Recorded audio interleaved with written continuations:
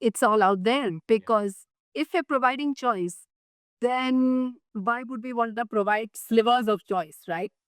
If the company is doing the work of getting the bouquet together and administering it through a good, strong tech platform, what is to say? Like I said, a mid-career line manager has a different perspective from an early career, because one of the things we are seeing is, some of that assumes, Nikhil, that there's still traditional life stages that folks go through, that there are traditional definitions around family, dependence. And I think employers who are embracing this are also embracing the fact that we have to walk away from some of those traditional definitions, right? Whether it is life stage, dependency, or somewhere else. And a good example of this is, let's take a couple of countries in Asia, right?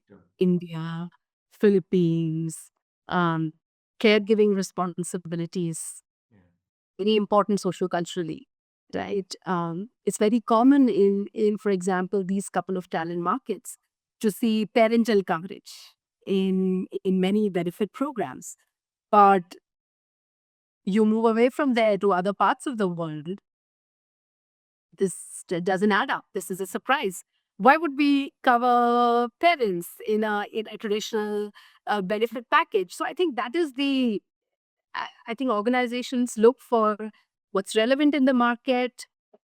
Of course, not to get away from the fact, benefits are getting increasingly expensive, even for organizations to administer.